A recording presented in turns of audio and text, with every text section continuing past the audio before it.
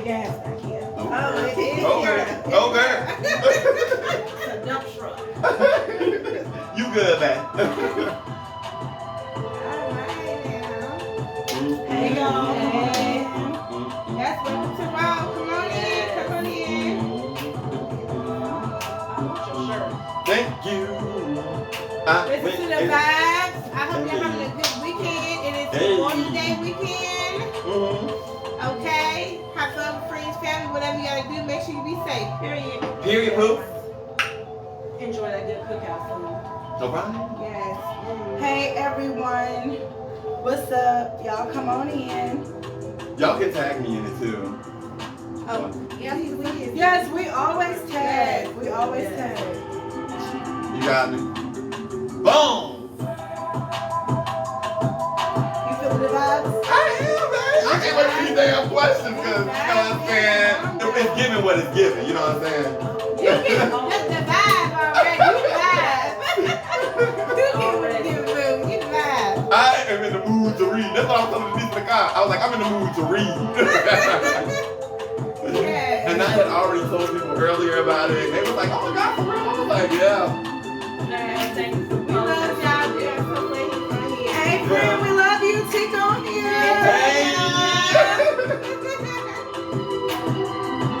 Hey, everyone. Hey. We see y'all coming in. We love y'all. Come on in, boo. Come on in, boo. Come on in, boo. Come on. Y'all know we got the energy over here. How is the vibe with the ladies in Rondo? That's all guys. Yes, so we love you, friend. So we see everybody coming in. So we just vibing right now. As y'all can see, we got a special guest tonight. Follow me. Yes, follow him. Tell him how to follow Okay, you him. can follow me on Instagram. Follow me at Capricorn Tat. You can follow me on Facebook, Jahliek Patterson. Or you can hit me up on Snapchat. I am known as Black Boy Magic with the Crown. Duh. Yes. King over here, baby. And we'll guys make are sure amazing. everything. Y'all look beautiful. Thank you. Y'all skin looks so good. Damn. Thank you. I said, well, God, damn. That coconut oil. Right. Let's shake butter. Let's put it on real nice and smooth like. So we're gonna go ahead and get into it. Yes, Y'all already know this is a platform for both men and women when we come together and keep it really raw. And as always, this is a judgment-free zone. No negativity at all. We see you will be deleted and blocked. Yes, and here I'm kicking about every other Saturday at 9:30. We always going to talk about the topics that are relatable to you guys and to us. That's real, raw, authentic. We're going to always give our opinion. But it's politics, family development, sex education, whatever. You name it, we talking about it here on Raw. Yes. And y'all already know tonight, clearly y'all can see, of course, y'all can see we have a special guest tonight. Yay! Jahliek Hey, you is guys! How are y'all? Thank you for having me. I want to thank you guys so much. I just went live too, so I hope you guys tune in. Look at my beautiful ladies right here. Say hello, ladies. And we got Denise over here in the cast. Hey, Denise. I love it. I'm here for it. So we're gonna go ahead and get into it. get into it, baby. Okay, so yeah, let me turn it down a little bit. So we want to go ahead and check in on everybody before we get into it. So how's everybody's weekend been before we get into the conversation with Jahliek tonight? This is his takeover. What we're talking about tonight, y'all, is very much needed. This is bringing something different that needs to be spoken on, his voice, his truth, and everything he has experienced, okay? So we're going to get into that. Make sure y'all sharing this, y'all tagging everybody, and let this get out, okay? Now, I want to go ahead and tune into Jahliek. What's up with you? How's your weekend been? Oh, it has been wonderful. You know, getting these coins. If you ain't getting a coin, you're a broke bitch to me. So, about that life, you know, I don't hang with broke bitches. And they clearly don't look broke. Hey, Denise! Yeah. They look really really good. I've been actually, in all honesty, I've been enjoying myself. I've been doing really, really well this week. I've been feeling blessed and prosperous just to be here and be around people and, you know, just to feel light, love, and hope. So I thank you guys so much for having me here today on Kicking It Raw. Thank you guys so much. Happy to have you over here. Yes. To have you on here, Miss D. How's your weekend been? My weekend has been great. I got a little bit of rest today. Got to be a little bit lazy in the later evening. So, you know, that's always good. 50 put me through it last night, you know. I got to go on a manhunt for him. But other than that, I'm on power. yes. Right. He did a lot on that last episode. Shout out to the Power fans. Shout out. Right. So, in regards to me, workaholic, like Josh said. So it's been a long mental week with work. But now I'm just winding down for the weekend, and I got an extra day because y'all know the ones who get them benefits, Monday we off. So y'all already know. So I'm really just chilling, honestly, this weekend. Miss Danielle, how's your weekend been? This weekend has been good so far. You know, much chill because you know I'm always running. You know, she told us I'm for the streets. Not in that way. I'm always one on the go. You won't go, girl. Let's go. When you say you for the streets, it don't always have to be negative. Right. Yeah. And I hate when people So say. you're about your business. Yeah, like I'm on go. It's not that I'm trying to be out here with these random bullshit. You know what I'm saying? I'm out here doing what I gotta do. You know what I'm saying? Exactly. So I think that people get that confused with I gotta handle some shit as opposed to I'm just doing random shit. Exactly. No tea, no shade. Exactly. So that's what it was. That's what it was. Okay. Alright, so let's get into it, Miss Yes. Yes, let's get into it. I do apologize about that pause. How y'all feeling, dude? I hope y'all feel wonderful. We feel amazing. We really love y'all. We love y'all. Yes. Thank y'all so much for rocking with us. Going on 3 years now. We appreciate the love and support. Yes, Hashtag Raw Nation in the building. Yes. Y'all already know what it is. So we're gonna go ahead and get into it. Like I But said, before you know we start getting into the questions and all of that, I just want to say to these ladies, I have watched. Y'all know her as Tamika on Facebook, but I have literally started my 9th grade high school year with this lady. So I just want to say congratulations. I know your sister, your brothers. Congratulate these hoes, y'all petty. Hey, I want to tell y'all that y'all the shit, okay?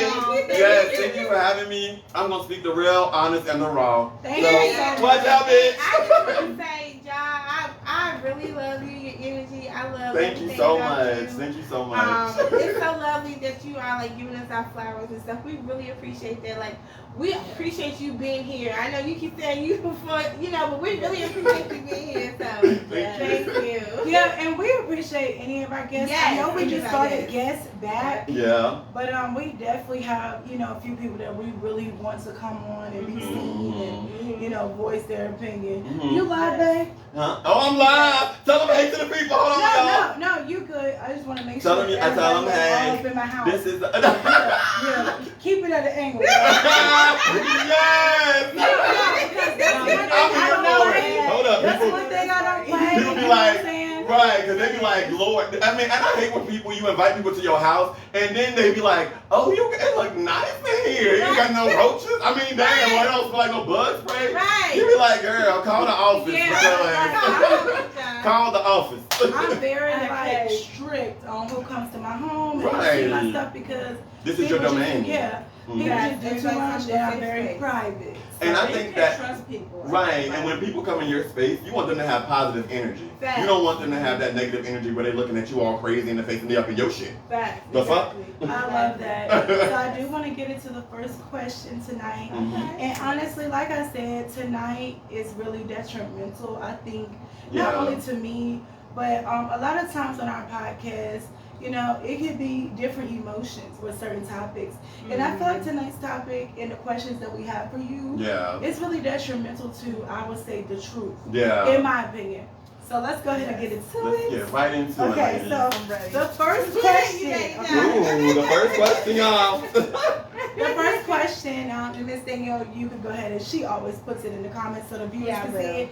So the first question is going to be, do you label yourself, what do you label yourself as, and do you believe in labels? I wanted to kick it off with that one first. Okay, so I don't have a label when it comes to dating a man or a woman. I think that when you date someone, you should date them for their heart and their personality, not for all that other craziness. Because I have dated men and women. I don't discriminate when it comes to that regard because I get hit on by both every single day of my life. So it's just like, but you get those people who are like, well, I'm a lesbian, I'm bisexual, I'm gay, I'm transgendered, I'm queer. I identify as queer because I'm open and I'm open with my sexuality. I don't personally hide who I am from people. And it's kind of hard for me to hide who I am because I'm so flamboyant. And if you are a flamboyant man and you straight, I respect that. You know, if you tell me you're straight, I'm like, oh, okay, girl. But then if you're a flamboyant and you're gay, I'm like, well, you should identify as queer, or you should just be a butch queen. You know what I'm saying? Because most bitches be butch queens and they be lying. You know what I'm saying? And it's just like that for me. But there's also the labels of lesbian, bisexual, gay, transgendered, and queer. And of course, there's like the other alphabetical order I don't really know about. But it's just that. And when you start going into those tangents of labels, you start placing a label upon yourself. And people don't really understand that when you place that label upon yourself, you're placing yourself for the future. So I really don't want to place. When you say you placing yourself for the future, what you mean? Like that's how people will always see you and perceive you. Okay. They'll be looking at you the same way. They'll be like they'll see you as the same way, and it's very stagnant. Like they want you to be that same person. There's no room for growth in your circle. And then we have people who are non-binary or asexual. Some people just don't want to have sex at all, or they don't want to do any fucking thing at all. So I personally understand that in that regard. So that is a lot. So I thank you for asking that. You're welcome. And the reason why I'll let the ladies take the floor in a second. The reason why I asked you that is because sometimes we really don't know what to address, you know, a person by in your community. So we don't want to say it wrong or put a label on someone when they really don't even believe in labels. Right, and they don't even, some people are non-binary, like I said before, and they don't try to label themselves because society already puts a label on us anyway. Society does put a label on us without even fucking trying. And we don't even have to put the label placed upon us. It's just given. Exactly. So that's like, oh, you're black. Great. I know that. Yeah, exactly. I know that. So I think for me, it's just that I don't want to be in a situation where I have to feel like I have to nitpick the situation of who I am and who I'm around, because most people will not understand it. They don't. Most people who don't understand, they judge. I get it. And if they judge, they're judging you. And then you're like, why are you judging me? What is this about? Who are you? Who are you to judge me? So that's just me. Now, what did you mean about butch?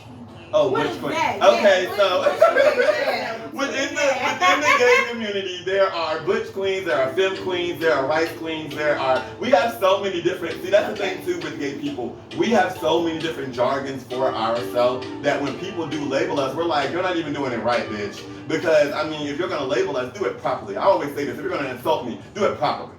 Because I mean, don't disrespect me to the point where.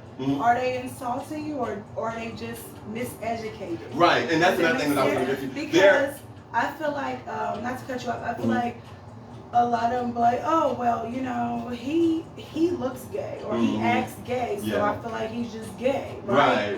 But until you actually get to know these people or self-educate yourself in regards to do they like both men and women and everything that you just named.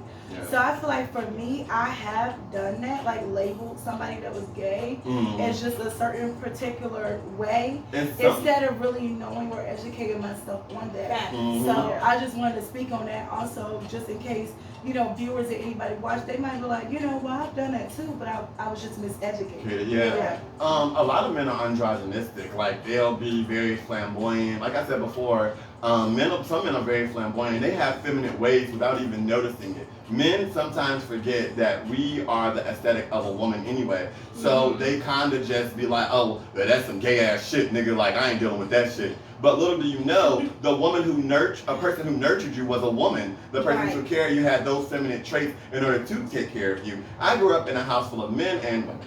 I grew up with my grandmother, my sisters, my cousin, all that. So when I was around, you know, certain men, you know, my cousins always told me I was a faggot. Like, I literally knew that was what it was, and that was what it's going to be.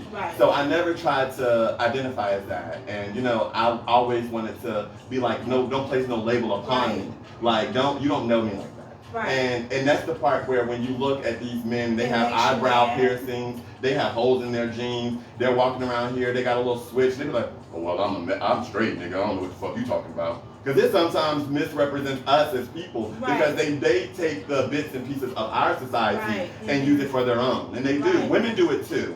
And they also be like, they also ask us certain things on how to take care of themselves as a man and as a woman. So it's just I thought that was, please, don't hold me to it. Not you, I'm just saying in general, because y'all know we reel them off. I thought that was like gothic, like the big earrings and like. Right, it's not. Okay, It's not. That's what I thought. And most people are forgetting that black people are the eclectic souls in the world. We promote the diversity in the world. So we started a lot of the trends that people have today. And I think that a lot of people don't really understand how important that is for us to keep that history going. You know what I'm saying? It has stemmed since before Christ.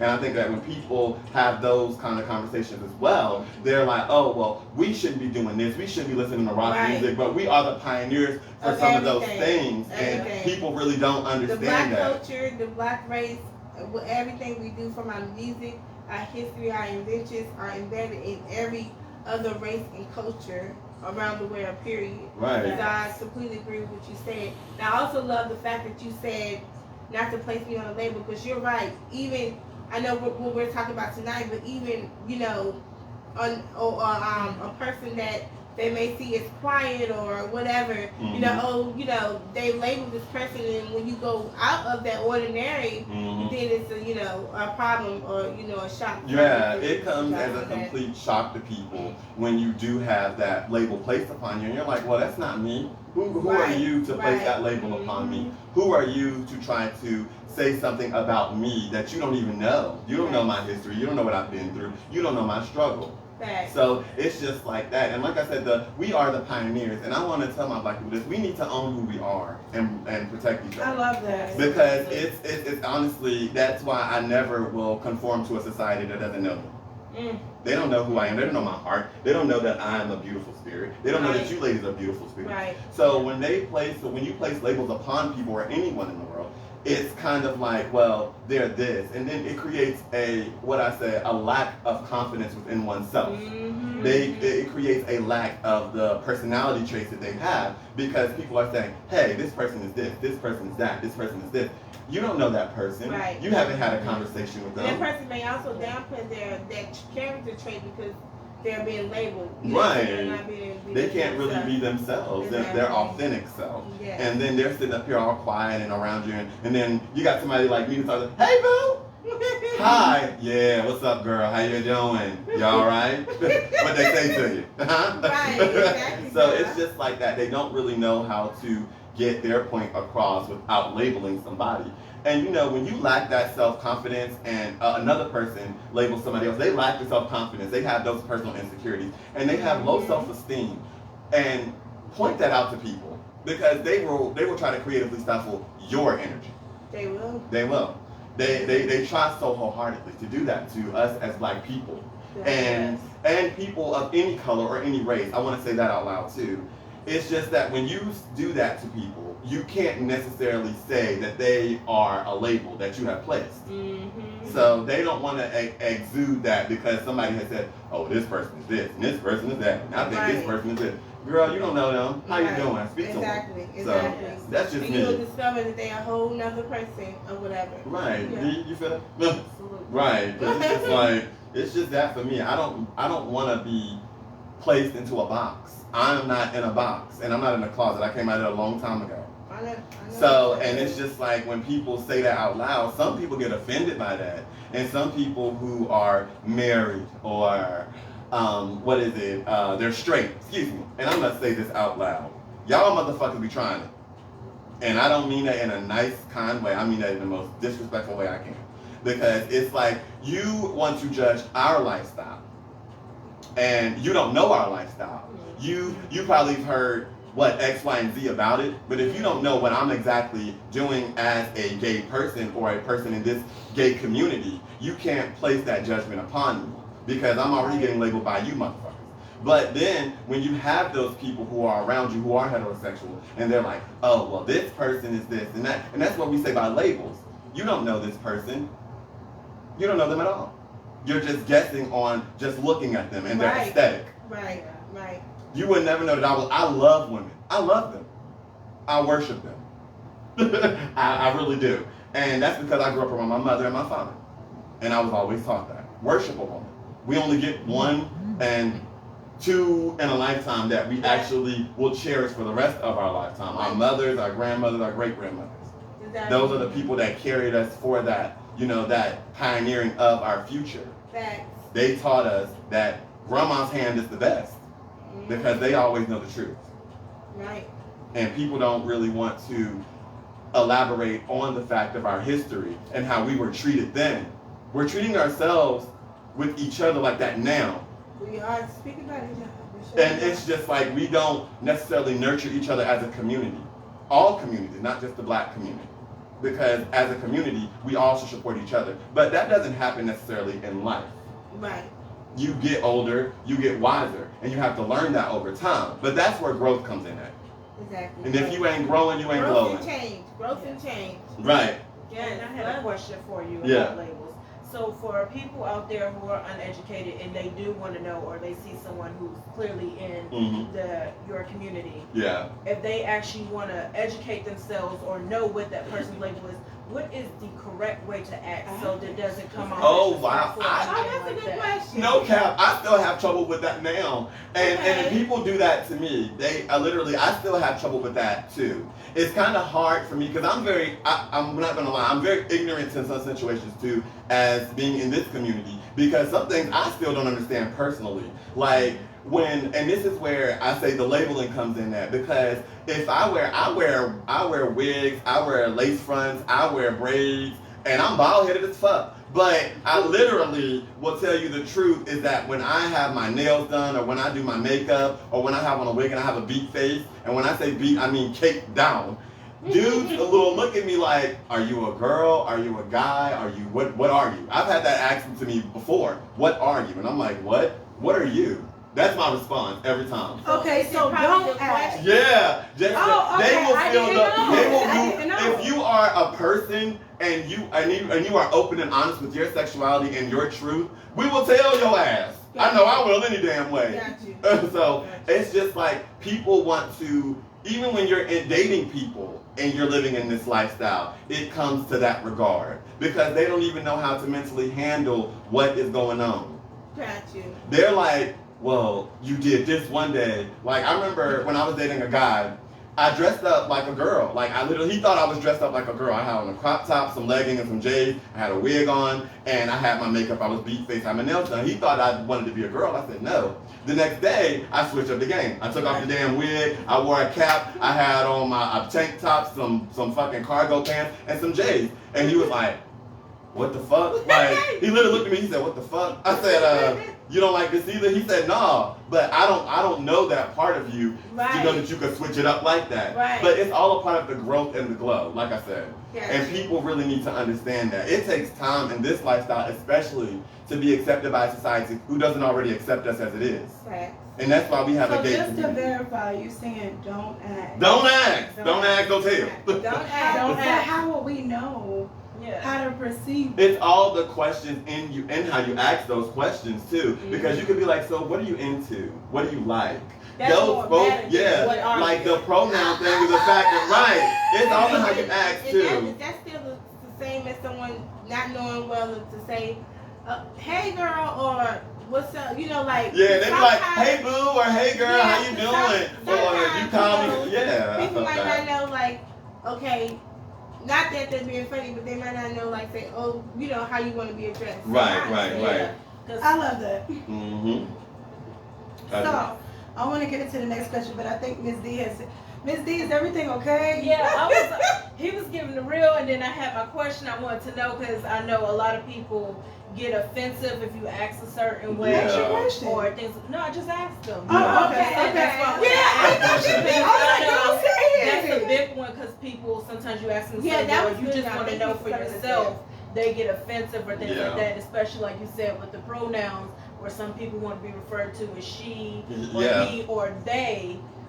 So it was just more of educating so we know. Right. So it won't be a recognizance of the same thing where you meet somebody and you're looking at them. And sometimes I have people look at me and squint and be like,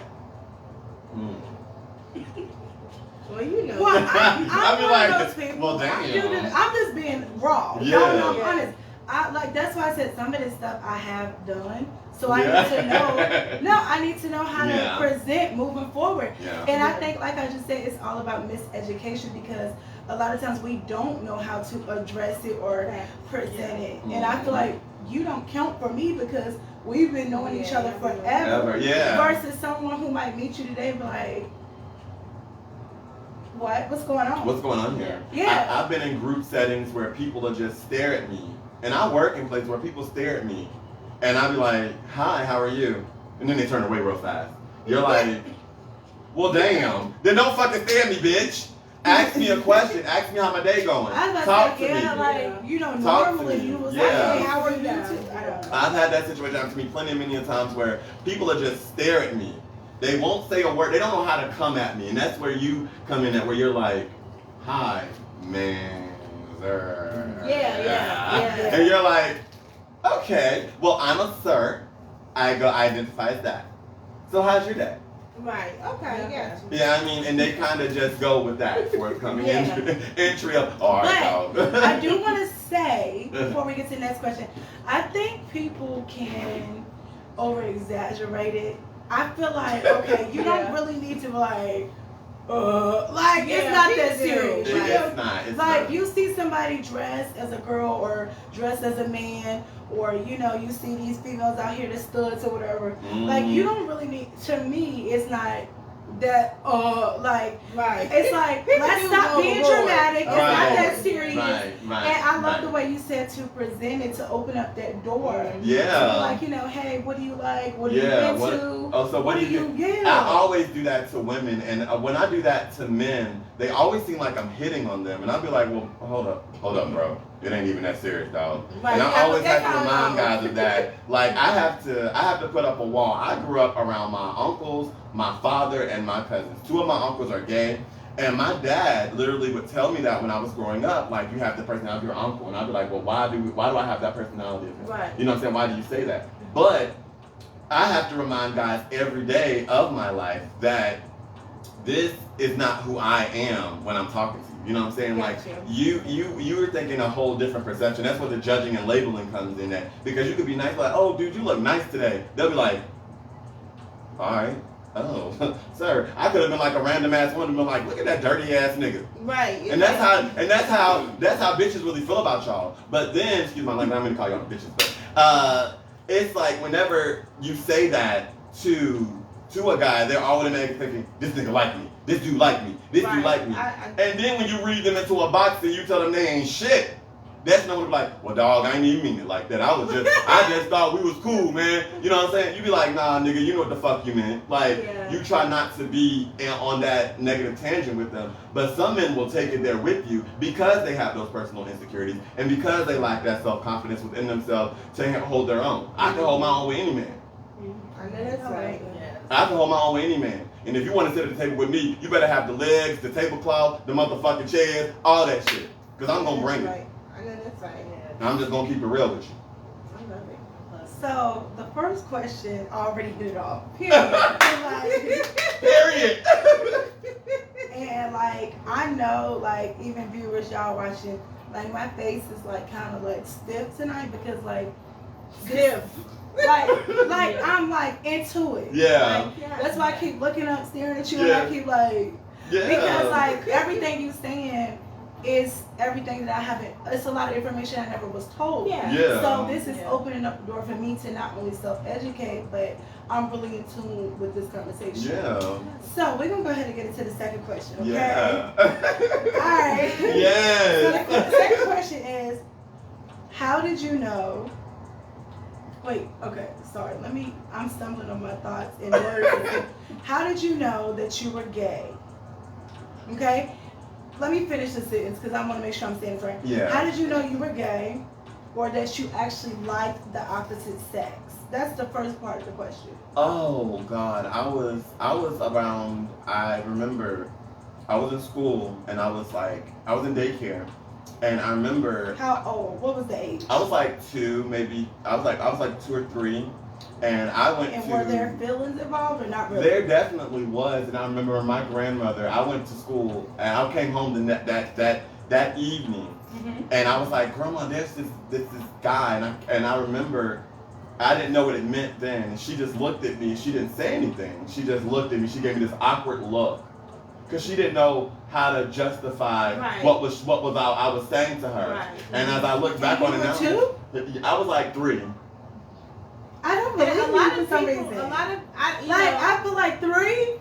No, I've heard, and I want you to finish because you. I would hug boys. I'd be like, "Hi, I'm your friend Jahliek," literally. But I heard. I'm like seriously. I want a picture of Louis.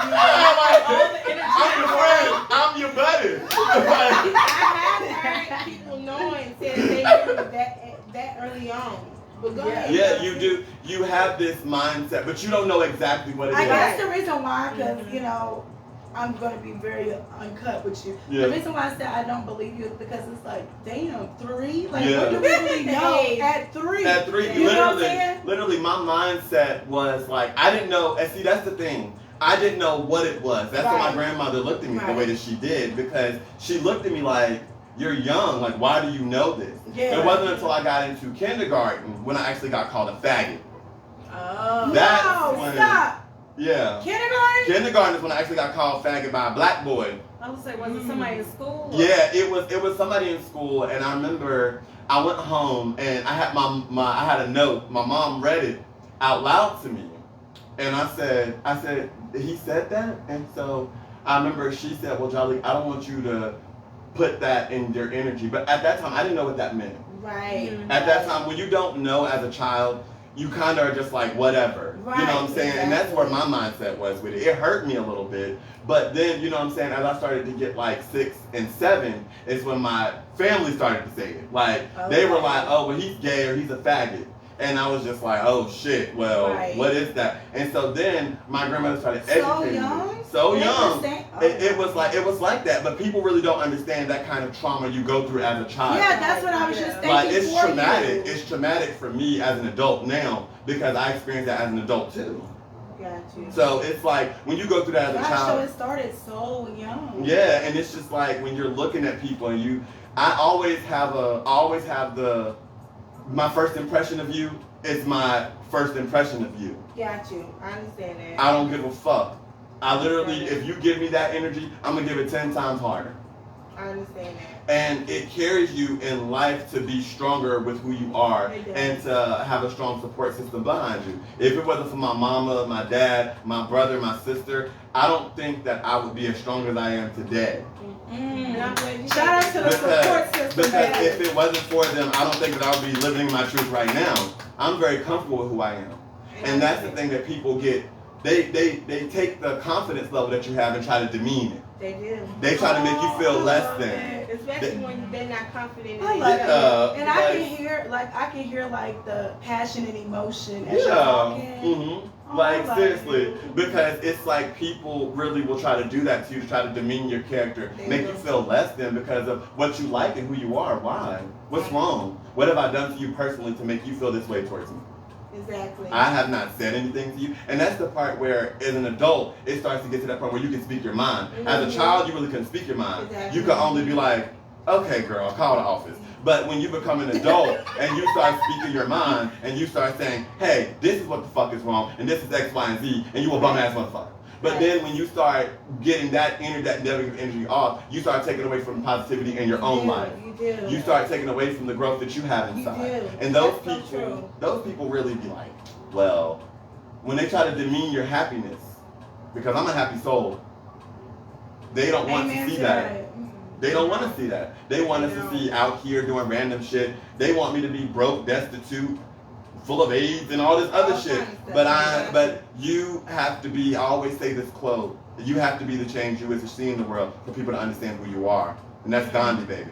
And if you that's very true. Shout out to Gandhi. That's very true because we hashtag that all the time. Yeah. And I feel like, you know, a lot of people, they don't understand like the reason why we do what we do is because it's like it's so much hate, it's so much negativity, and it's like if we like people always sit around and say, oh, we need to do this better, we need to do this, that, and that, and it's like, well, it starts with you. And if you actually start, maybe other people will follow behind you to actually give out more positivity and love. So I love what you just said because you really do need to be the change that you want to see in the world. And it's like I have worked, you know, with some of the best people in the world, and I've worked with some of the worst people in the world. But people are astonished by how my work ethic is because they don't believe that this can be professional. They don't believe that this can be more than what it is right now.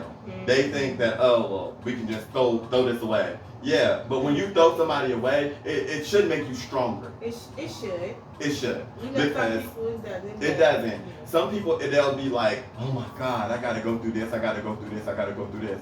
But I literally know that when my presence isn't around you, you feel it. And when people aren't around you, that they've given you good graces, love, kindness, and respect, they will never know how to get rid of that energy of you. I love that. They'll be like, oh, well, I know him. Yeah. What do you know? And use the right words, dear. Because I will embarrass you. But it's like that. Don't try to come for my characters. Yeah. Don't come for my character. Don't demean me. But also, you know,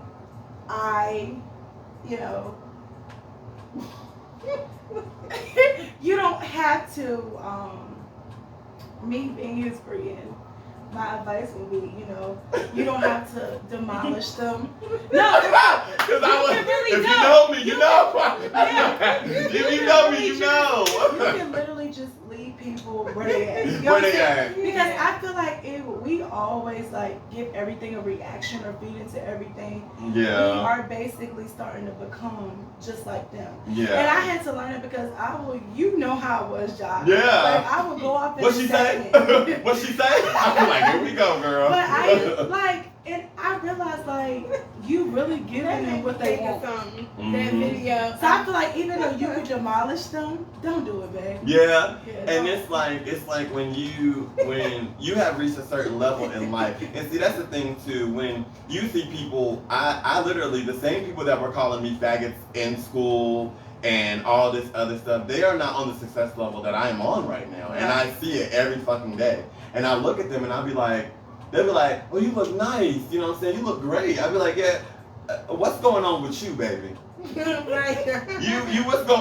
what you got going on? Them, when you get out of high school, graduate, real life really starts, and if you don't have a support system behind you, supporting you, loving you, caring for you, they will never understand who you are as a person as you become an adult because they haven't had that. They don't know what that kind of love is. They don't know what kind of support or, you know, testimony you have to be told. And they look at you like, oh, well, that's great for you. I know it is great for me. It's awesome for me. It is. And that's why I tell people every day, you're awesome. Remember that. You're awesome. Because if nobody tells you that, they're a fucking hater. Period. And there are a lot of people in the world who will hate on people for the most randomest things. You ain't lying about that. You'll be like, he's nice. I don't like that. Why, bitch? Because you miserable? The randomest things. Yeah, I'm just glad as in regards to when it comes to the negative thing or all that, I know how to balance that out better. Right. Because at first I didn't.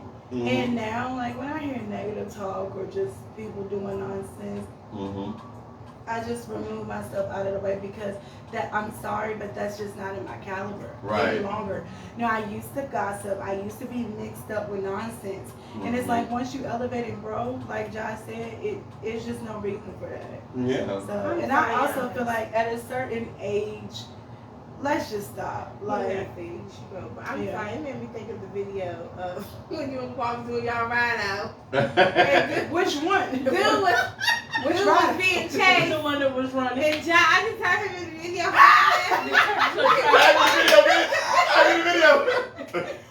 Oh my gosh, you know when I watched that video, I'm like, what's me and Ja doing? Yes, because they don't know how deep the history is with us. Like, literally. You know, when I look back at that was so many years ago, and we were younger. Yes. But, you know, when I look back at that, I'm like, oh my gosh, like, I was really like on some Need for Speed in the middle of the road. Like, we ran down on the plug twice, girl. You hopped out the car. You was chasing them. It was just so. I'm trying to be good, y'all. I'm telling y'all, I'm a crazy ass that was nigga. years ago, y'all. That was years ago. That was years ago. Yeah. Now they've learned. Crazy. I still got that video. I do too, girl. I do too, girl. My pull-up game is strong. That's why I be telling niggas, you better little, because I don't have time for that shit. I will run down on you real quick. That's why when niggas see me, they don't even speak. They be like, what's up? What's up? Yo, that day was crazy. I know we got a lot of memories, but that day was crazy. And that's why I really don't, deal with too many. I don't deal with too many heterosexual men on that kind of caliber because of that situation. You have those situations where, can I open that door? Can I tell the story of what happened with that? Oh, I don't mind at all. Thank you so much. Yeah, we really wrong. So this guy was he dating you or was he dating one of your friends? No, I was dating his brother. Okay. Remember? Yeah, and the brother on the phone with the brother. Okay. So Qua was dating one of the guy's brothers, but the guy was seeing me on some DL nonsense. And how did you find out about me? I think because I was like, hey, I'm about to go pick up my bag. He was like, who? I was like, Jahliek. He was like, Jahliek who? And then I told him, he was like, oh, I don't deal with him. And I was like, And then I called and told you, picked you up, and then that's how it happened. That's how it happened. Yeah. That's how it happened. And I said, well, who is the nigga? And Qua told me, I'm like, girl, the little dick nigga with no money? Oh, my God. I said, okay, girl, you better call the office and file bankruptcy because I heard this nigga was sleeping outside. And I ain't talking outside. I mean at the fucking door. I said, boy. I can roll off the couch. I said, bruh, what? We ran down on him. He a punk bitch because he ran. How you gonna run from a gay nigga? Huh? How you gonna run from a gay nigga? And you on video running. Running. So. And I'm talking to Olympic traffic. Right. And that was also like, when I look back at that, it was just like nonsense. You don't really think about it. And then Qua like, he running. Hold up, John. He running. And I was just laughing at the theatricals of y'all, and I don't want to. Because we don't know how to act when we together. We don't know how to act like, because we already know we're going to beat your ass. We just going to laugh all the way through it. Yeah. That's literally what y'all did. Was laugh the whole way. Qua said, I said, no, we can just beat his ass, you know what I'm saying? We're gonna bust the door down. Like, seriously. Yeah, and that was the craziness. Then we added my brother into it, and he chased him. It was just a lot. So, that memory is crazy because I thought of that about that. But yeah, it's never. Well, I'm gonna say, I won't pull up now because I'm not in that caliber. You know what I'm saying? I'm not there. But if I make that phone call, why you better come?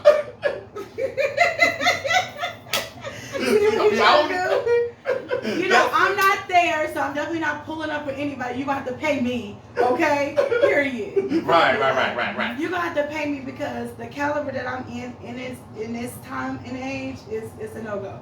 But back then we was pulling up on everybody. We was, and that's the part where I say the elevation and growth have to come in that, because when I graduated from college in 2021 and I had a COVID graduation, I cried, honestly. Because I wanted to experience that, and I felt like I was being punished, you know what I'm saying? I felt like it was karma for all the stuff that I did, you know what I'm saying? Because I really wanted... I think about that too a lot. You do? Yeah, I do. I'm like, karma is real. We never know what is going to hit us. Yeah. We right by people and things. And I be looking back too. See, that's crazy. Like, I thought I was the only one who really be like, I think about things so deep all the time. And I've had people be like, you think so deep? And I'm like, why wouldn't you? Right. Like, you should like think back on things that's happened months ago or a year ago. Like, I look at things differently. So what you just said is true. Like, literally, when I realized that, because that happened like I think 3 years before, and I hadn't graduated yet. I was still struggling. I was going to school, working nonstop. I was like, oh my God. And then COVID happened in 2020. And I lost my job as a teacher. I lost my job serving. The only thing I had was a fast food job. And I was like, where's my life going? I just got my bachelor's degree. Like, what is going on in my personal life? Like, I'm going to medical school for what? You know what I'm saying? I'm working at a fast food joint. I love that you was able to even look at that from within. Yeah. Because a lot of people don't even, like, it's a lot of people don't really take the time to look at that. They so stagnant. Like you said, right. They're stagnant. I think also, before you finish, I think a lot of people don't see their flaws. I feel like if you do not look at your flaws and you don't see your imperfections and grow for those, I pray for you. Because that's the worst thing you cannot do. Looking at that reflection is a hard pill to swallow for some people. It is. They really don't know how to take the step back and just look at themselves and say, hey, I'm the problem. I was wrong. I need to fix me. Right. And that was what, when you have to look at that big part of the lifestyle of who you are, and not just my lifestyle, just anybody's lifestyle, you have to make sure you maintain that and keep that conscience going. Because when I looked at it that way, I was working at a fast food place, and I was like, this ain't shit. But then, you know what I'm saying, when we were going through the pandemic, you became an essential worker. You became all these things that people despise about fast food places. And then they were like, I would never do that, I'd never do that. And I'm like, boy, I literally would tell people working in there, I got a bachelor's degree. I lost my job as a teacher and a fucking server where I'm making good ass money and I'm working in here with y'all. I'm not looking down on nobody at this point. I'm looking for support. Because, I mean, it's all about that. And I think that people don't see that when they see you. They're like, oh, well, you know what I'm saying? You're doing this, and this. Why aren't you doing this, and this? Because these other factors have happened so that I can't do X, Y, and Z. And it's just like, they're like, oh, well, you should be on this level or you should be doing that. I'm on the level that God has prospered me to be thus far. And honestly, I want to speak on that. Like, even if you do feel like somebody should be on that level, you know, they might need that tough love. They might need that talk. You know, they might need that push. Honestly, that's the type of people that I want around me to, like, be able to check me and see, like, you're doing great, but I want you to do better. You know, I need to see more. I don't really want to be around people that don't push me. So I feel like if people are coming at you in a negative light, like, what you got going on, that's not okay. But if they checking you like, yo, you better than that, you need to do better, then they're the type of people that I want in my life. You know what I'm saying? Because I feel like we all need to be able to take direct criticism, and we need to be able to own our shit, and a lot of people don't. I feel like a lot of people really suffer really badly with really saying, you know, I'm the issue, like you said, and I need to fix some things and get myself in order. And the people you have around you, those are the people. I don't think they always say birds of a feather flock together. I don't necessarily believe that, because I flock with some bitches and I'm not around them now. Yeah, but that's the thing, though. I personal growth. I never grow.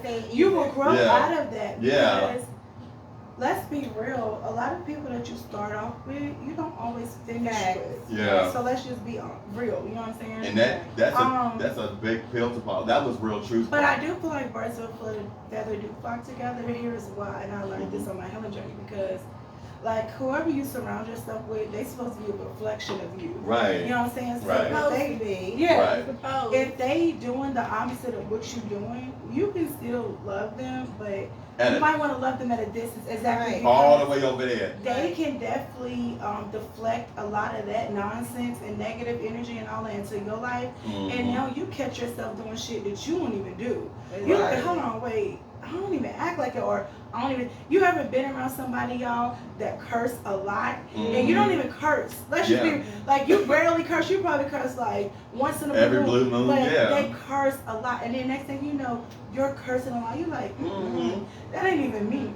So like, you can pick up on the habits really fast, y'all, without even knowing. Like, literally. So that's why I feel like birds of a feather can flock together because you will pick up on, you know, the other things that these people are doing around you if they're not doing the things that's, you know, positive or elevating. And motivating I get you. what you're saying. Yeah. But I think that's a little bit, that's two different things. But I get what you're saying. Yeah. I believe it's I true do. too, because I feel like a lot of people attract the same people, and then sometimes yes, you do have that one bird that don't fit in, and they got to find a new flock. But most of the time, when you around those people, that's so true. look at everybody else that's surrounding that person. Yeah. They're all alike. You're just that one person that's not fitting in. Yeah. But everybody You're that else, one puzzle piece that's missing the part. Yeah.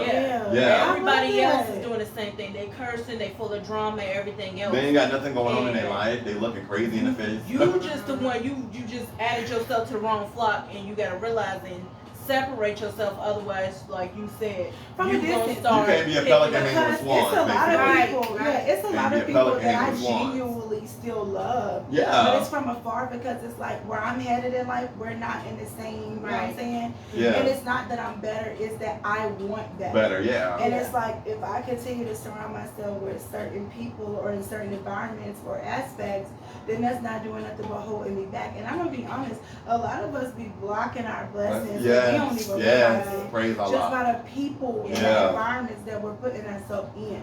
Yeah. So I just want to say that. When one of my friends told me, and she told me that she did, you know, I was nice, and she felt like that because I was nice, that she felt like my kindness wasn't, you know, that wasn't the kind of friend, but that wasn't the kind of friend that she deserved in her life. And I'm looking at her like she's a beautiful woman.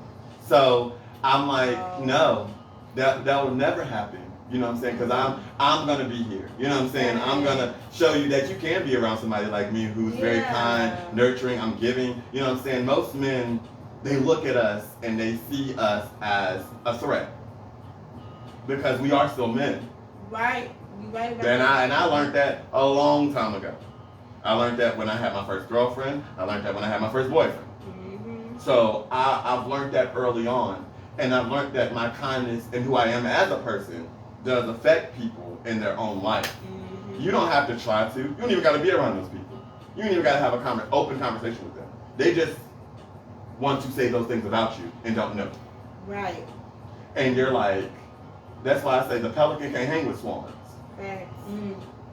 And when you know that I agree with Quad too. You know what I'm saying? You do take on those roles of those people. You do. But when you get that energy, right, it is the energy. But when you get around those people who are trying to, like you say, motivate you, show you positive light, show you love and happiness, and show you that you are beautiful.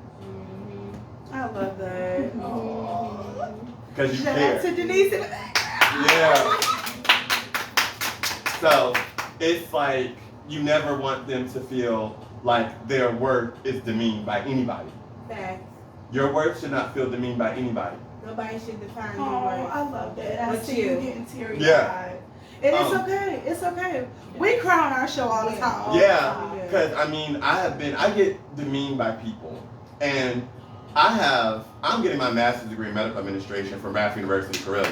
Yeah. So when you sit at that platform with me, and I feel like I'm dumbing myself down for most people sometimes.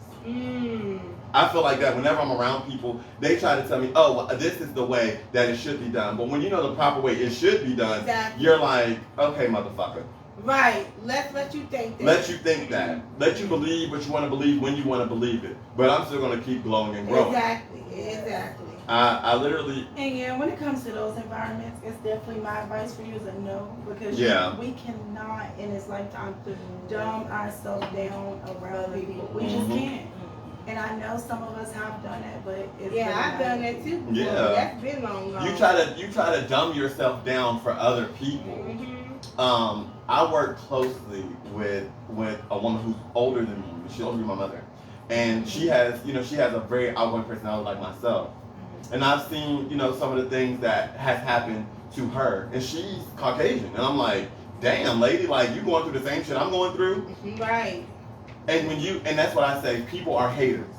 When you have a support system behind you, like a family, a man, a husband, a partner, anybody in life, people will hate on you for that. when you pass that. I also want to say to the people who don't have a support system, who don't have anybody that they feel like is solid or is really in their corner, because let's be real, everybody don't have that. And it's okay. I just want to say to the viewers and everybody that's watching, for the ones who watch it later on the side view, okay, the ones in the back. The ones in the back. So I just want to say, like, you don't always have to have a support system. I know that we all need it, and trust me, a lot of people as adults are very in denial. It's not just kids who need a village, adults need a village too. Because we deal with mental health, we deal with financial issues, we deal with lack of love. It's a whole list that I can get into. So we all need a village, but even if you don't have that village, remember, take it one day at a time. And as long as you put God first, you can never lose. I have been through some of my darkest moments by myself. Actually, it's not even some of them. When I lost my mom, I was literally alone, okay? It was nobody. It was me and the walls in the dark. That was it. So I'm just saying, if I can get through that with losing my mom, somebody who was my best friend, my favorite person on earth, it's nothing that nobody can get through out here. I don't care if it's drugs, alcohol, losing somebody. It doesn't matter. You do not always have to have supporters, because I'm going to tell you, the ones that's really meant is going to be there. And the ones that's not, they're going to leave. And don't force it. Just let them leave. Make sure that you choosing you and you showing the fuck up for you. And show out. That's it. As long as you showing up for yourself, that's all that matters. Hey, y'all gotta remember, let's be real. We don't know what tomorrow brings. We can go through anything at any given time. Y'all gotta remember to take life one day at a time. I don't plan ahead no more. I used to do that, and then when things didn't go the way it went, I used to beat myself down. You cannot do that. To the ground, like, and that's. I mean, even if you are a planner, still expect the unexpected. Because I'm a planner, you know. But I'm just a person that goes with the flow. Whatever they come up, I just go with the flow. You know? And you definitely, I agree with you, sis. You have to go with the flow. And I feel like you can plan ahead, but also remember, anything in our life can happen. Anything. I mean, I planned all last year, and so much happened to me. So it's like, we can plan, but just be prepared. And when things get dark, don't say, you know, I don't have a village or I don't have supporters. The ones that's meant to be there will be there. That's the whole point of it that I try to tell people, because that prime factor of life creates a door that you want to open up for other people. I've been around people where I support them wholeheartedly, and they don't really be supporting you, and you're like, but I'm still trying to give my all. I'm still trying to be there for you. I'm still trying to be excited for you. I'm still trying to hold fast to our beliefs. But then you're left looking at yourself like, what am I doing wrong? What did I do to deserve this? I get what you're saying. What have I done to deserve you to give me this energy? So it doesn't. But that's also not good for you. That's actually not healthy for you. Because things like that really fuck with your mental state. You be like, what has? But it's like when you're around, you know, people, you're around them, but they like, oh, I care for you, I support you, I want you to be there for me. But then, you know what I'm saying, when you need them for their support after you've given them the support that they deserve, they're gone. They're nowhere to be found. They're nowhere. Well, they don't remember what you did. You ain't did nothing, or whatever the case. Yeah, they be looking at you like, what did you do? What didn't I do? Exactly. 9 times out of 10, your darkest battles, before we get to the next question, your darkest battles, you are going to fight alone, okay? If you have a village or a support system, that is a blessing. And please do not take those people for granted. Don't at all. But 9 times out of 10, that's just how it happens. They do though. So we can go ahead and get into the third question. So the next question is, what challenges have you faced being a black gay man in America? Like, what has been like, give us like 1 or 2 examples that you really had to go through being gay and black and dealing with, you know, the fucked up shit. I think when people ask me, because I am as flamboyant as I am, do I have my father in my life? And I think that hits me really hard, because me and my dad are best friends, like literally. And My real dad is dead. He's actually my stepdad. Me and my real dad were close. My real dad died when I was in the 6th grade. But my stepdad adopted me when I was in the 7th grade. Okay. And he wanted me to take his last name. And I was like, what? I was like, my mom was like, no. I want you to take my last name. You know, I would love that. You know what I'm saying? I think that it was just her.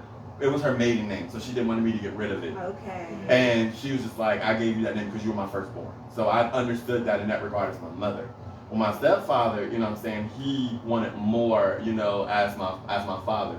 If it wasn't for him, I wouldn't have been able to go to medical school. I wouldn't have been able to travel as much as I did because, Claude, little do you know, when I left PH in 9th grade from the governor's school program, I literally traveled all over the world, and then I came back when my grandfather died in 2014. I did not know that. Yeah, like I didn't talk to nobody from here. If you notice, I would come up here like once every blue moon for the summer. Yeah, you would. Yeah, and I would go to I would see y'all at the parties, and then I have to go back. Yeah. And cause my mom lived here for a while. She didn't like it. Okay. And my grandfather wanted her to move here. She didn't like it. So when I left Roanoke, we moved to Washington D.C. Yep, I remember. And then we moved to New York, Manhattan, New York, and then we moved to Ontario, Canada. Then we moved to Monterey, California. Then we moved to Roanoke, Texas. Mama said, we back in Roanoke. I said, we back in Roanoke. I said, girl. And then I met my stepdad's family. They lived in North Carolina and Georgia. And, you know, when I got around that kind of black people, because there are different kinds of black people. Yeah. When I got around those black people who are more open, more kind, more nurturing to me as being a flamboyant man, I actually felt the love.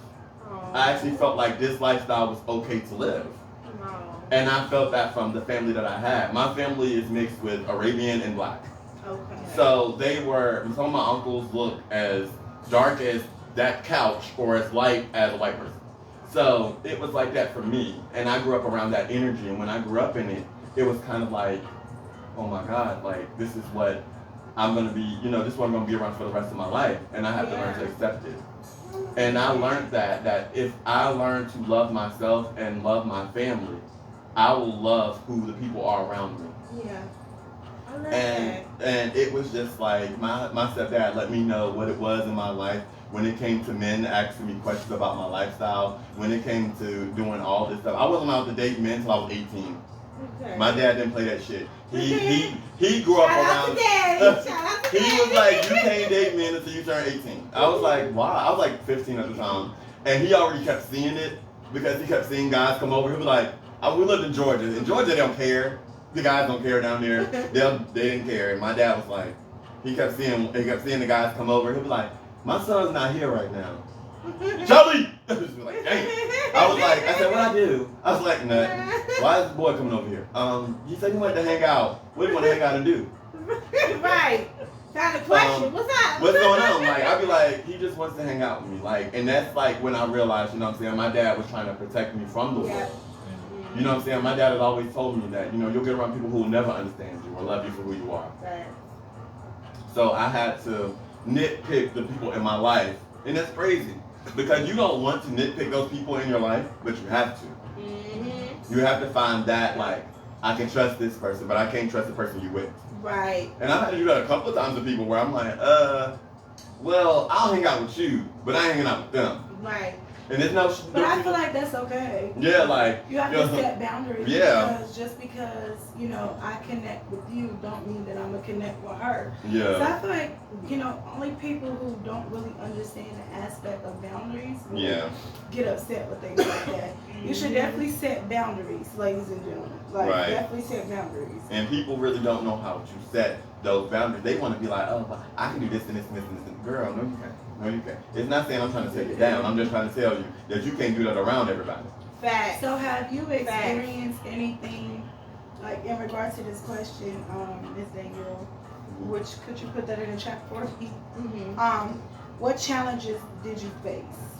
Like, have you had any, like, how could I word this? Have you had any bad experiences or anything that was very detrimental that stuck with you as a black man, a gay black man? When I was working, when I first moved here, I was as flamboyant as I am now. Wait, was this in high school or no? No, this was after high school. Okay. This was like, I had graduated from South Carolina State University, and I had just moved back here. It was in 2015. Okay. And I was working at a mall, and I walked out. And I guess I was rude to one of the guests that was in the restaurant I was working in. So, you was rude? Girl. Okay. I got approached by 3 guys.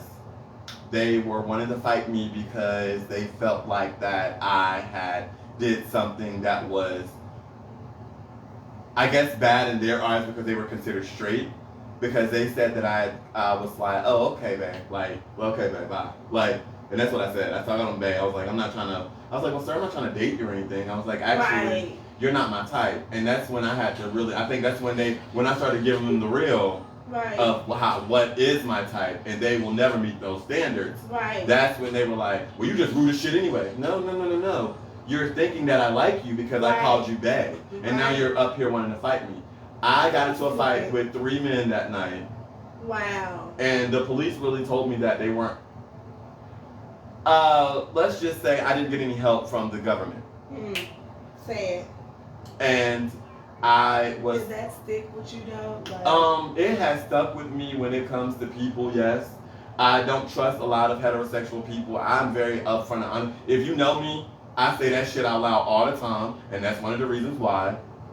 So they already know what's up. Right. And it's not that I try to be an asshole about it. I'll be like, oh, I don't fuck with straight people like that. And they'll be looking at me like, damn, Jahliek, that's weird. No, it's not. You don't know my experience. You don't know my testimony. You don't know my story. Exactly. So when you make that comment, you have to ask me that. Yeah, why is that? Right. And I was beating them niggas' ass. The police rolled by and they stopped the fight. Because I'm an Energizer bunny. If you know me, I like to fight. I'm quick to fight. Everybody know me. If you talk shit to me too long, fuck it. Right. Fuck it. I'm tired. I ain't got time. It's like I'm gonna whoop your ass. So it's gonna be it. Right.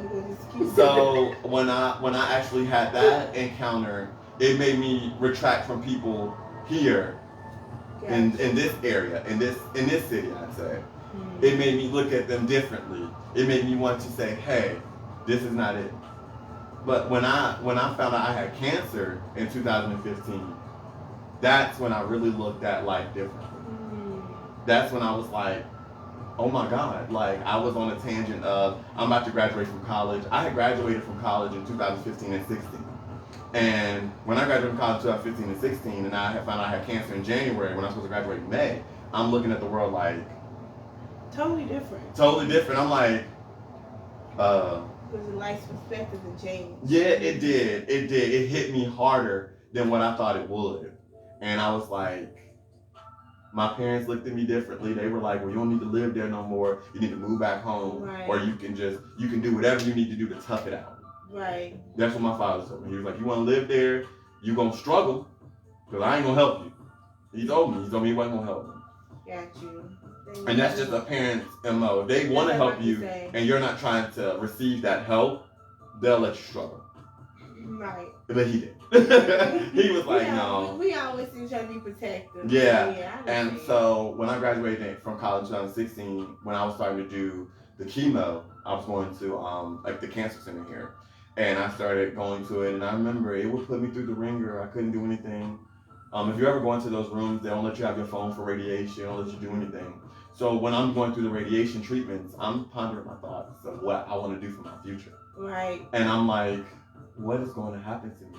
What if I do die from this stomach cancer? What if I do have something happen to me that I can't understand it? Mm-hmm. And so when people, would be like, oh, well, you look fine. I'd be like, yeah. It's okay not to be okay, people. Right. It's okay. Yeah, we say that all the time. We're so happy that you beat it. Like seriously. I went into remission in 2020 during COVID. I thank God. I was on the floor. I went to the top of a mountain and just screamed and said, thank you, Lord. Like, when I was able to ring the bell and say, hey, it's over. Yes. It's over. It's over. No more radiation. No more going to get blood taken. No more weeknights where I'm sitting up here throwing up half of my food. No more of those days where I'm sitting here looking at everybody crazy, wondering what's wrong with me. That was the end of it for me. So. And also, shout out to the And also, it shows the strength in you. Yeah, because people don't understand these silent battles that people go through. Like seriously, people will look at me and be like, "You're so nice, you're so happy and upbeat." I will say this: Robin Williams, Marilyn Monroe, Whitney Houston, so many, Jim Carrey, so many celebrities are sick. And they go through the personal struggles that people don't understand. But you hide it so wholeheartedly from the world. When you hide it from the world is when it's given more. And they figure it out over time, and then they'll look at you like something's wrong. That's just me. I love that. That's beautiful. Yeah. Thank you for sharing that. Yeah. And also sharing your truth, because you know, it's not easy to get in front of the world and be speaking on like your deep, you know, silent battles. Yeah. You know, so I do appreciate you for being so transparent. Yeah, I want to be. I'm glad you guys had me as a guest on this show, simply because I want to be that light for people. People look at me. Understand the people look at me like, "Oh my God, you're always so happy. You're always so nice. You're always so upbeat." I'm like, yeah, but I be dealing with some shit. Right. I don't think people understand that either, because, like you said earlier, they will see you on one image and be like, "Oh, that person ain't got no damn issues." Exactly. And the whole time behind closed doors, they just fighting a battle silently, and they just getting through things the best way they can. So you know, they might come around you all happy and smiling because they don't want to think about the shit that they're going on, or they may not push it on other people. And I was one of those people who was very silent about the fact that I had cancer, because I was doing so much. I was a manager at a job. I was going above and beyond. And you know what I'm saying? When I really got sick to the point where I couldn't work no more, that was when I realized something was wrong. And I was like, I said, I'm a get up and go kind of person. I'm gonna go constantly. But when the nurse and the doctor told me, Jahliek, you need to slow down. You may be young, but you need to slow down. Right. And it hit me one day. I was at work and I had just had a surgery on my side for my stomach. And I remember I was there and I was laughing it off, but I literally had blood running down my back. Wow. And I was like, they were like, "Are you okay?" I was like, "Yeah." Yeah, and that's a lot. Yeah. They've been looking at me like, no. No, for real, when you have to put on that image of I'm okay, but I'm not okay. I'm really fucked up. And I'm dealing with these emotions. I'm dealing with so much behind closed doors. And you just got to be like... When I came back to work, my friend Tabby, she was there. She was like, she was one of like the first people I told. And I remember, I love you, Tabby. I thank you so much. When we were there, I remember she just cried. She was like, "Jahliek, oh my God, like you got all these bandages on your back." And I was hiding it. I was hiding it so well. I would come in, I would be like, "Hi, how are y'all? You doing good?" Yeah. And you put on that face for people like, I got to do this right now to make this money for now. Facts. And then you make the money, and then when you leave, it's just you like, got to go back to your reality. Reality of it. It's like, damn, my back hurt, my legs hurt, I'm bleeding out my side. What else gonna happen today? Right. Right. So, but it's just the strength of pushing through daily. Yeah. Let's just give it up for strength. No, seriously. Yes. Because you know, last year, well, you don't know. Yeah. I mean, yeah. But last year I was dealing with, you know, my health, and I couldn't work, I couldn't do anything. Yeah. And you know, when your life stops, you know, the world has to keep going. And I think people don't understand that. Yeah. Like, bills still coming, life still happening, everything's still going on. So just for you to feel like, I gotta still go to work, I gotta still push through until you feel like, okay, I need to stop. My body is not handling this well. Yeah, it wasn't. You were able to still try to push yourself through as far as you can. Yeah. So I applaud you for that. Yeah, definitely. And I want to get into the next question. Go ahead. Okay, before you get to that question, I did have a question for you, Ja, about, I'm sorry. You was telling us about the story with the men, and you said the police was no help. How did that make you feel towards the police as well?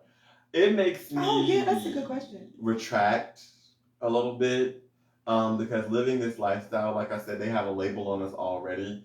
I felt that I was not protected in that regard. I felt like that I knew that I was Black in that regard as well. I also knew I was gay in that regard as well. I knew that I was a man in that regard as well. Because they weren't in handcuffs, I was.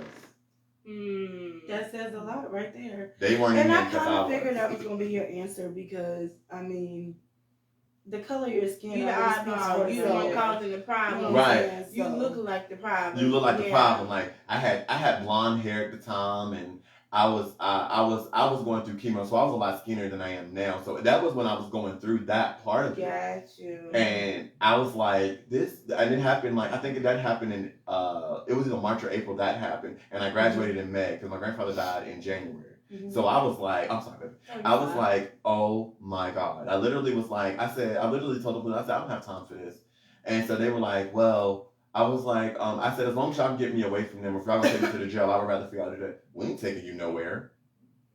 I said, well, why do you have me in the car in handcuffs? Exactly. I mean, we're just gonna let you out of the car. We just want those guys to drop, make sure that they're okay and they're safe. But not me. Okay, it's 3 of them and 1 of me. But right, and I'm just like, okay. I was like, well, I understand that completely.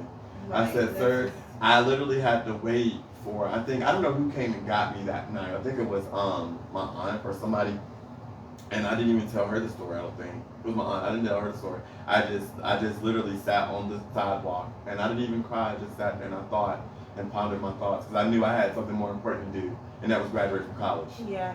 And I was just like, I said, thank God I'm not going to jail for no charges or nothing. This is another sign of a black man pushing through. Yeah. I guess. And it just show the strength, again, that we have to battle with day in and day out.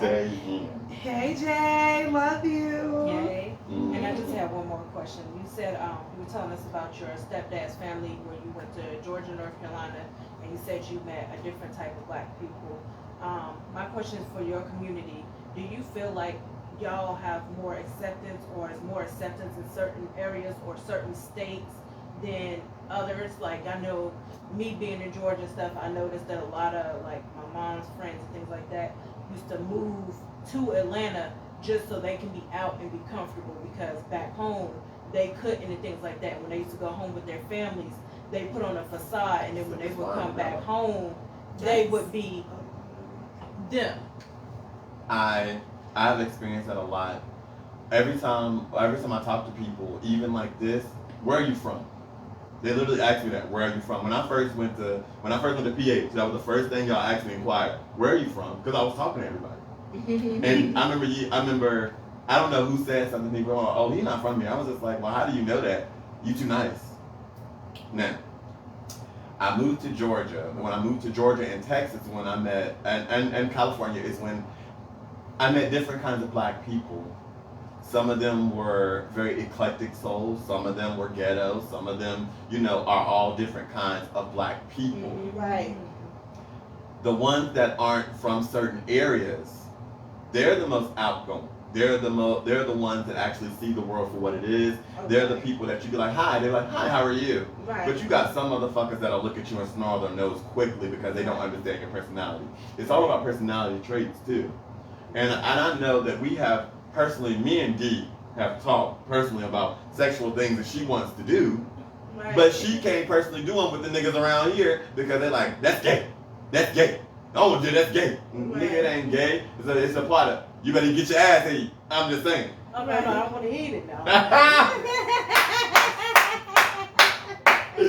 But I personally, right. I personally be looking at the situation like that. When I met those different kind of black people, and I met black men who were like me, got you. It was like there is people who are like me. I went to a Boys and Girls Club where over half of the crew were gay and half of the crew were straight, but they all communed together. That's important. And that was like when I went to the high school in Georgia and North Carolina, I experienced that, and I was like, oh my God, like this is so different. Like it was so different for me. Now, mind you, I did go to 7 different high schools after PH, so I was like, oh my God. Like I went to all these different high schools, I met all these different people. That's why I knew that it had to be my personality in order for me to be more than what I was. Got you. I love it. And that was when you meet those kind of eclectic souls in your life. You're like, oh my God, I have to hold fast to those people. And that's like, when you see those people, that's why I was nitpicky each time I would go to a different school. I want this people. I want that person. I want this person. I don't want to be around in that circle. This isn't my circle. This is my circle. And I didn't necessarily get along with all the gay groups, necessarily. I got along with some, but not all. Most of the time, I would get along with the heterosexual groups. Most of the time, I get along with the foreign groups. Most of the time, I get along with people who personally who was a military brat, and who understood me in traveling the world. Yeah. And so, when I met those kinds of people, I held them closer to my adulthood. And that's what you have to do. So, yeah. Thank you for answering that. Yeah. Thank you. My pleasure. My pleasure. So, you ready? Go ahead, babe. Go ahead, babe. I'm ready. This was in particular their question. Okay. What advice would you give someone who's coming out, gay or down low? Gay necessarily, if you can't tell already, that's just it for me. Like, if you want to come out to your family, more than likely they already know. Yeah. Most of the time, mostly people already know whether you're out on the low or anything. But it's like when you find out those things about those people, that's when you get the retraction from people as well. When you do come out, whether you're openly gay or DL, you'll experience that kind of hate. The DL men experience that kind of hate already because they're trying to portray a heterosexual lifestyle that they're not really happy with. Now, they're not happy with it. And I've experienced that a lot with a lot of men. I've even subjugated myself to dating to DL men to try to make them feel loved. They don't feel loved. And they could have kids, a girlfriend, whatever. Right. But they're not happy deep down. Right. Now, as far as and that's when healing. I feel like healing is needed. Right. So that you can openly be able to accept what you truly want. Right. That's what it was for me when I dated DL. They would literally tell me that, like, I'm not happy, bro. And I remember I'd be like, well, why not? You laying here with me right now, and yeah, I'm happy with you. You know what I'm saying? But this ain't gonna last forever. And I had that happen to me. And when they said it to me openly and out loud, that's when it hits you, and you realize that you are just a fetish for the moment. Because, and that's deep too. Like, you're like... Because it's like, I'm more than that. More than that. So you really need to decide what you really want to do. Right. Exactly. What I can do to make it better, but you're already doing what you need to do to make it better for them. And as far as the gay man coming out goes, and that's like I said, if you are... I learned that a long time ago. That's why I said I knew at 3 that I liked men and that I was flamboyant. I knew that because, you know what I'm saying, people will just point it out to you. Or you're going to be gay. Well, thank you for placing that label upon me. But you don't know me. So as far as DL, like, what is some signs of DL that you can give to the viewers? Or to us ladies. Yeah. No, seriously, this is a really good question because it's like I'm just being honest. Unless someone comes out and say, hey, I like both. Boys, yeah. You don't really know. And that can help support someone that's watching. Yeah. Because they might be like, I was watching Jahliek's Takeover. We're kicking him on. And he said this. So I think for me, the first signs is secrecy. Another sign is, you start paying attention to little details that they do.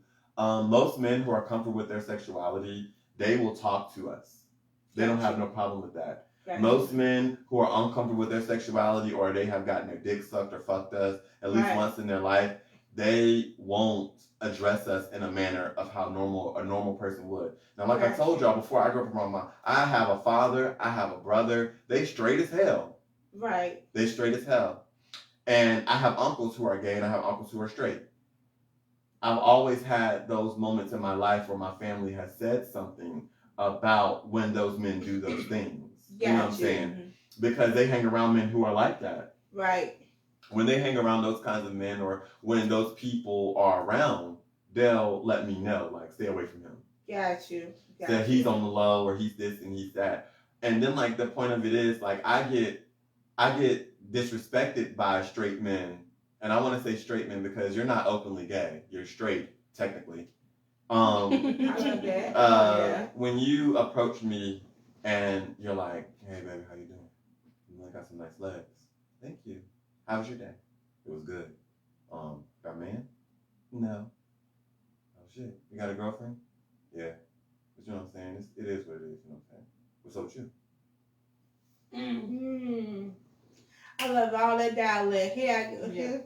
And you know, so John's voice is just mesmerizing. Did y'all hear that? Pay attention to the dialogue. I was like, I literally have that happen to me at least once or twice a week. People will see me. And most of the time, I'm not going to say that I don't try to put on like I don't know what they're doing. I do try to play it off like, nigga, what you want? But I do try to play it off like, what you mean? What you like? What like, I mean, and I do try to deflect from getting to that point with them. Right. But my thing is, when I deflect from it, that's when they want to be more eager to it because most men want what they can't have. Facts. And they'll try to keep pursuing it. Gay guys, we're the same way. If there's a straight man that we know is interested in us or we know that they are like that, and most dudes be trying to put on a front, and it pisses me off because I feel for my gay brothers and sisters when this happens to y'all because they constantly try to make us feel like we're the negative entity when deep down we're not. We're not. I could go outside right now, and I bet you a dude will probably talk to me, but they'll whisper what they have to say to me. They don't want nobody to know that they find this attractive. Right. They find it amusing. They find it entertaining. They're like, so what are you about? What can you do to please me, basically, in a sense? And they know what it is about. They already know. Yeah, exactly. They just trying to play it off. Right. I've had that happen more times than one from men. I've had that happen more times than one from... I had it happen more as an adult than when I was in high school or any place. Okay. And it's like, damn. And these guys, you know what I'm saying, they'll be married with like 3 kids, you know, or 4. They'll love you one minute, hate you the next, call you a faggot the next, but then actually just like they did. See, that's right. That's what I can't respect because it's like you have a kid, you have a family, you have all these things going on, but you cannot live in your truth just to say, I'm not really happy here. This is not what I want. Right. Yeah. Yeah, that's the truth though. That's the truth. Men personally don't want to hear the truth about themselves necessarily. People tell me about myself. Don't even get me started. On a daily basis. They're like, well, you're this and you're this and you're that. That's why I say don't place nothing upon me that I don't know anything about. But I think for me, when it comes to certain men, they do that to try to, well, I'm straight. Great. I didn't ask you that. Right, exactly. I've had that happen to me more times than one where a guy just approached me. I'm like, hi, how are you? I'm straight. Oh my God. Okay. So really, I feel like for me, when they approach you like that, I feel like really you're not straight. No, it seemed like a red flag. Like you why are you saying that? Yeah. So. And I'm not saying necessarily that gay people or trans people or bisexual people or queer people or the queer culture, we have the best personalities all the time. Because sometimes I be wanting to tell people to get the fuck out of my face. Right. For real. Because I be wanting to say bitch. But we all human. Yeah, like seriously. And that's where I've had people literally just want to come and talk to me. Just to talk to me. And I'm just like, what the fuck you want, bitch? Like, seriously. That's my remark to everything because I don't live my lifestyle that way. Right. So if I'm not trying to be around you or up under you, then there's no point in you trying to be around me or up under me. Yeah, I understand. Like, seriously, because some people seek this kind of energy out. They literally do. You'll be surprised. Definitely. So I want to ask you the last question of tonight. Yes. Because I feel like all the questions we asked, they were amazing questions. And I feel like it's really a lot that needed to be put out here and talked about. A lot of questions that, let's be honest, I've never got to ask before. And I'm sure a lot of other people haven't. And I definitely will take those signs for the DM. You'll put it in the memory bank right here, dog. But I wanna. But you know, as just me and you being friends, we talking about so much. Right, and I just want to say that, Quad, I love you, and you know what I'm saying, when we were teenagers and you get to this point in your life and you become an adult, this is the kind of thing that, you know what I'm saying, you want to hold fast to, this kind of friendship. And we have always, and I also feel like our vibe and connection has always just been so genuine and natural. Yeah. Like, you know, you get around people, you gotta force it, or it don't. Yeah, you be like, girl, I can be myself around this woman every day of my life. I don't gotta put on no front. Like, we wouldn't see each other for a while, and when we get together, it's just like we never. It's so bad. Yeah, it's like nothing changed, and I love that. I love that. I have I want to discuss a topic that has been on social media hard. Okay. I used to work for this company, and I'm not going to say it on this. I'm not going to say it on this platform, but I used to work for this company, and I was told, you know, I read a lot of the comments that people made about this gay guy, and personally, I am that gay guy at the jobs that I work at. I am him. So when I have seen the comments that they made, the disparaging comments that they made, you got people who are, you know, who are out here begging for money, selling themselves, selling sex for money, doing random shit just to make a buck. But you are trying to condemn a person who is trying to make a way for themselves for the future in a respectable way. But and this is the one you was telling us about yesterday. Yesterday, right? Yeah. Because he was gay. Yeah. He was looked at in a negative light. Like, and it's just like, why? When they are congratulating this person, they are forthcoming with this person. And I always say this, with black people, I never get any hate because I'm black. They love that. But the fact that I'm gay and educated is a problem.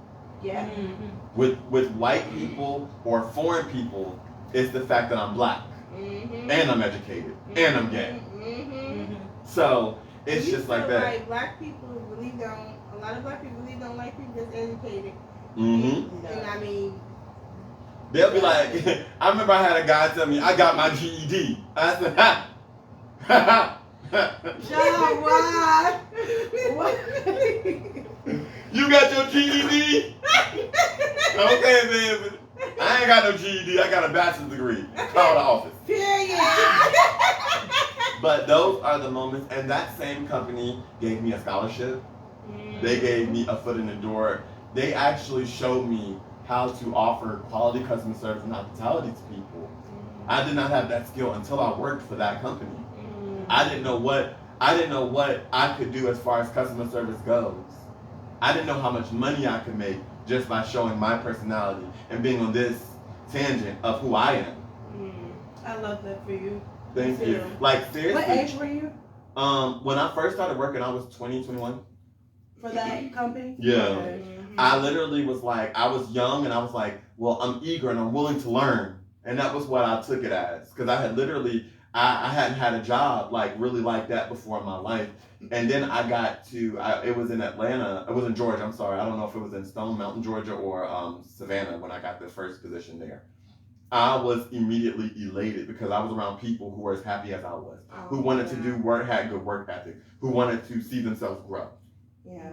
So I commend him for working and getting an education. What's his name? They called him Tutu. That was his name on his name tag. I love it. His name is actually I have to look that up. But we're happy for him to keep doing what he's doing. Yeah, shout out to Tutu. Yeah. We need more of that. It's just that for me. His name is actually the customer service these days. Tavion, excuse me, his name is Tavion. Shout out to Tavion. Tavion. Keep doing what you're doing. Keep doing what you're doing, babe. I'm gonna support you. I am that guy at a couple of the jobs I work at, and I get hated on by all people there. You be like, who are you? But my coworkers, the people who know me, they're the people that support me in there. I love it. And I also feel like when it comes to, you know, fulfilling a role of customer service, it's really not easy. Let me just put that out there. Girl. Okay, so it's not easy. Not easy. It's very hard. You face challenges every day. Every whether day. somebody is disrespecting you, whether somebody is just being rude for no reason, or even the people who talk to you so much when you literally just trying to get things done and keep it moving. Yep. So with customer service, what you just said is very true, because you literally learn so much, and it's really nothing. I feel like when it comes to me in customer service, I've learned so much. Just even starting off my first customer service job in fast food, it teaches you so much. And I tell a lot of people, if you have never worked a fast food job, you really should. And people are like, what? But you really should, because you learn everything in that field. And that's the part. It helps you moving forward with customer service for your next field. In the position. That was one thing that I have to tell people is that, you know, I get that a lot from people. Why you got all these jobs? Why do you go to school? Why do you want to do this? I mean, it's all about the perception of people and things.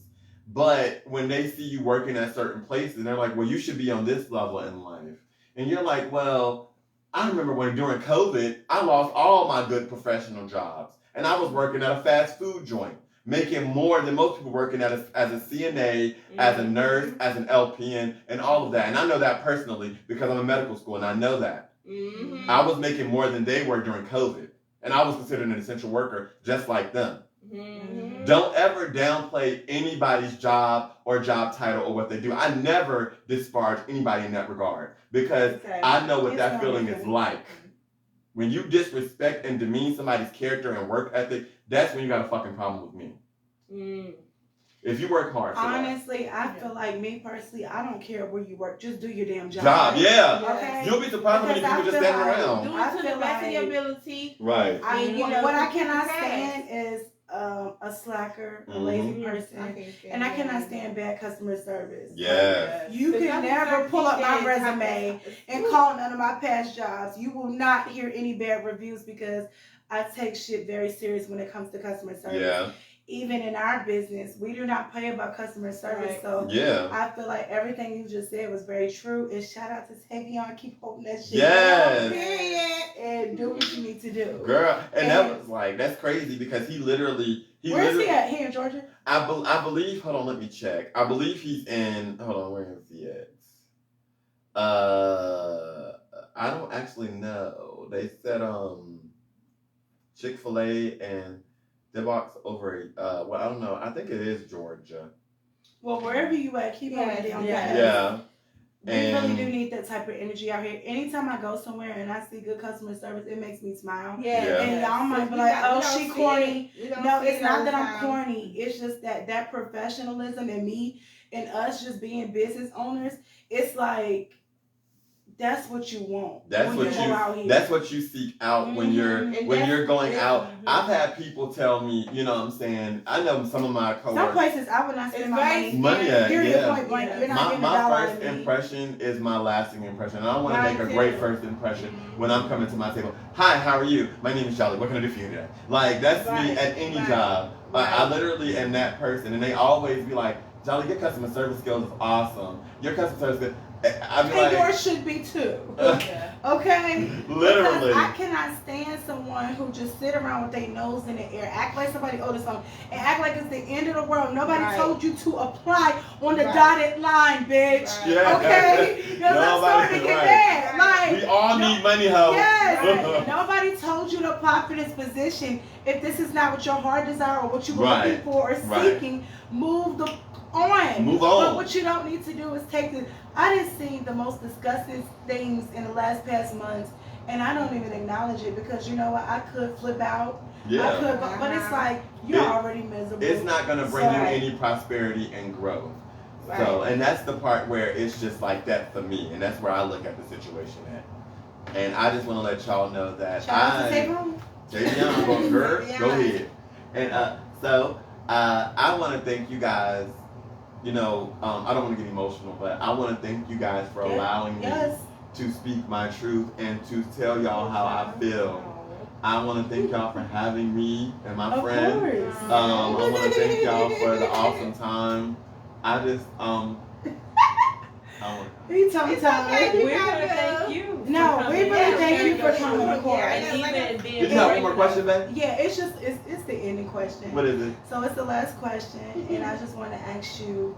So moving forward, if you could just look in the camera and tell the viewers and the people who are watching or will see this, how would you like to be perceived as the person that you are, and how would you like your community to be perceived?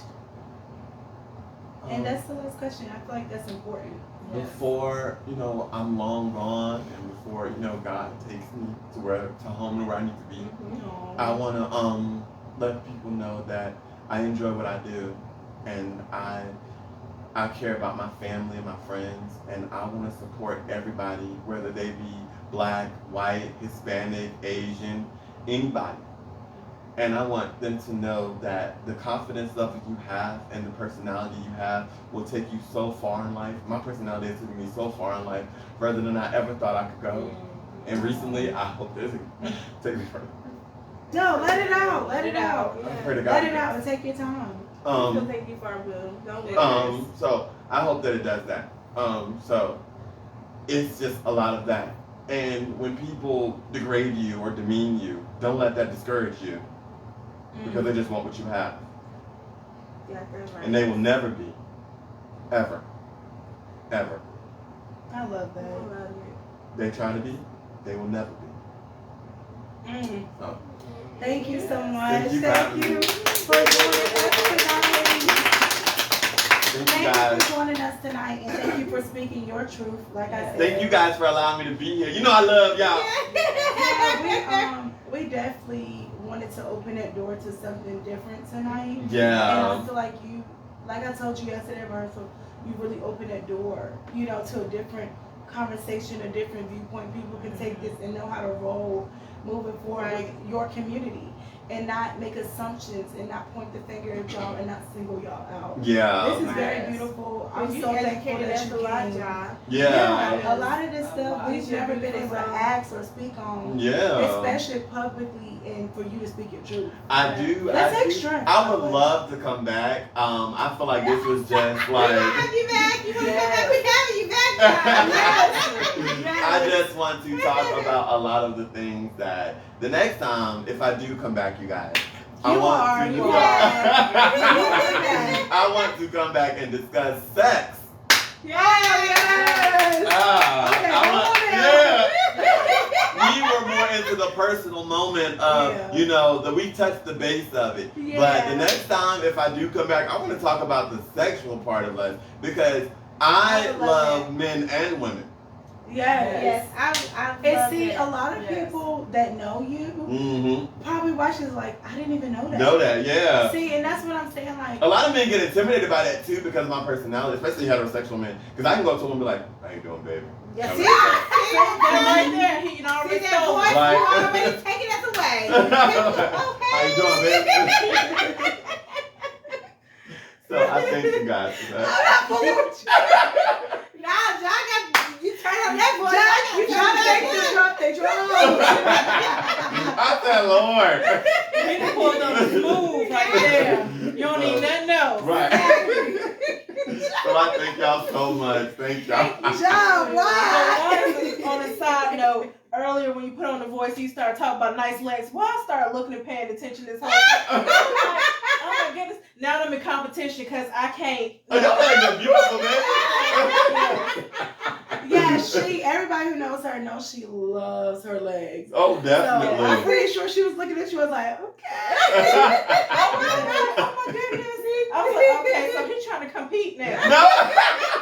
No, I'm gonna have to go to leg day now. Yes, but I really love tonight's show. Yes. And like I said, you definitely opened up a door tonight with this conversation. And we definitely going to have you back. Period. On the couch with Raw. And we definitely love talking about any type of topics. But since you want to talk about sex, we definitely going to spice it up. We ain't had a sex talk in a minute anyway. Yeah, literally. Yeah, I think the last one we had was like a month or 2 My months. sign off will be but this. we didn't have this. Right. I did. Thank you so much. much, everybody, for joining us tonight. What you For say, the ones who did not tune in. Oh, go ahead, babe. Remember to eat right, work out, and pray to God. Oh, yes. I love that. Yes. Heavy on the eat right. Hey, this one, it ain't nothing wrong with it. You know, I'm going to have to work into my push-ups. I got the sit-ups down pat. I'm glad you do, because I don't. I'm doing my squat and my legs, and that's you You're going to have knees like me. I can get some sit-ups, but I'm going to see you tomorrow, girl. All right. Power walk. But everything you just said, it was positive. I love it. I definitely support it. Yes. Okay. Thank you. Thank you for coming on tonight. Yes. We really do appreciate you. We love you for being here, and thank you for the support. Thank you. Yes. And he'll be back. Don't worry about it. And as we always say, hashtag kicking it raw, hashtag raw, hashtag real authentic women.